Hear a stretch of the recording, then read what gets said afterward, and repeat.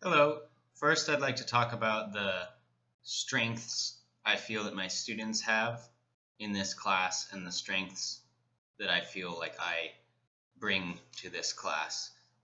This class is definitely a social one, and it seems that they learn most effectively through social learning, and that happens most optimally when the emotional environment in the class is very safe. So I think I can bring the social learning element very well, and I think that I do bring that element very well. I probably will always have room for improvement uh, on the emotional part, and my guess is that there are some physical areas I can improve. I'll talk a little bit about what I liked.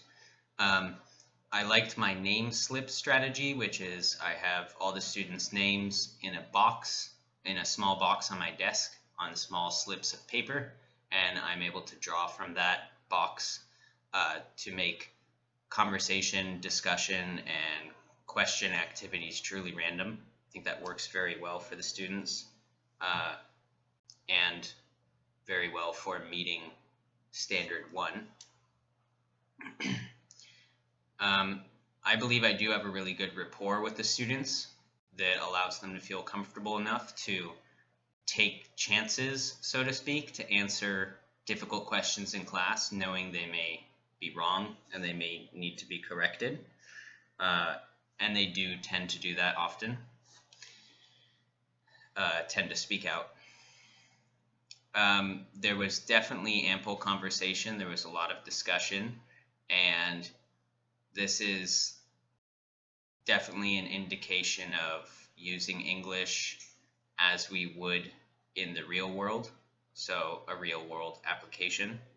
And in this class, I think that went well. My differentiation strategies certainly could always be enhanced and expanded. The ones I've already implemented have had measurable benefits for the students, is indicated by quizzes and test scores. So I know I'm going in the right direction.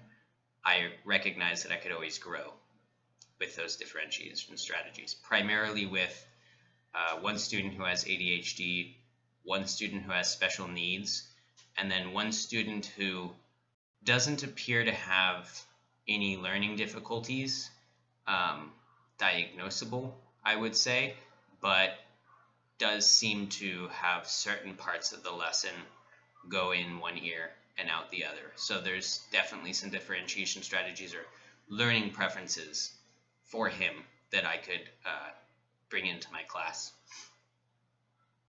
What I'd like to do differently, I would really like to have more secondary resources. I have the books provided by my school, an Oxford Discover book set.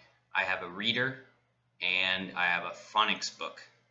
And I really would like to bring some resources on a daily basis, if not maybe weekly basis, for crafts and such, but also just like worksheets that I find online. And I think that would benefit the students. Actually, just yesterday, I found out they finally set up the Wi-Fi on the second floor, which is where my classroom is. So I now have Wi-Fi access, which is great. I'll probably start bringing my laptop to class, and that's going to be a big change.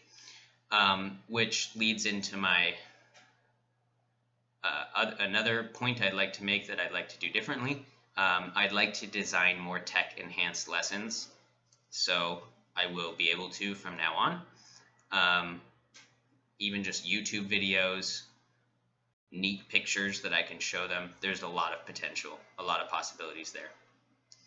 I did say that I have good rapport with my class. I would say that I have room for improvement for the rapport that I have with one particular student, the student with special needs. He likes me. It's not that we don't have rapport, but I do seem to make him nervous when I call on him directly, or kind of when he's speaking directly to me. That said, he does get nervous with all adults in the school, so I don't think it's necessarily somewhere where I went wrong. It's just somewhere I'm not going right enough. I can have a different rapport. I should try to make a different rapport with him, one that ensures his comfort and special preferences that he may have. So I have room for growth there. He does get along and appears to be comfortable with other students in the class, so I know it's not just all people across the board. It seems to just be adults. For one of my students for my only student with ADHD, I kind of have gentle reminders in place, and occasionally some reinforcement techniques like giving or taking tokens based on how well he's able to actually stay seated during the class. Afterwards, after my meeting with my mentor, she suggested a really useful strategy that I'd like to implement going forward, which is providing him with a zone of movement and a zone of interaction. So basically, he is allowed to stand up and move around when he so desires, but he can't move beyond a pre-specified circle around his desk, and he's totally prohibited from touching or interacting or speaking with other students while he does that. I like that idea, and I'd like to check it out right away and see if that works for him. I imagine that it would. Yeah, I think that sums everything up. Overall, I enjoyed the lesson, and I'm even a little more excited to implement some of these changes and things that I'd like to do differently. Thank you.